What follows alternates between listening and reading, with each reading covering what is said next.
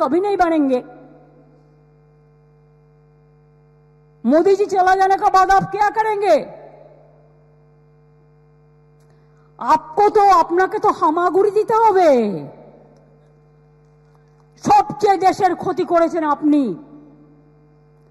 মোদিজিকে আমি রিকোয়েস্ট করব, দয়া করে লোকটাকে কন্ট্রোল করুন।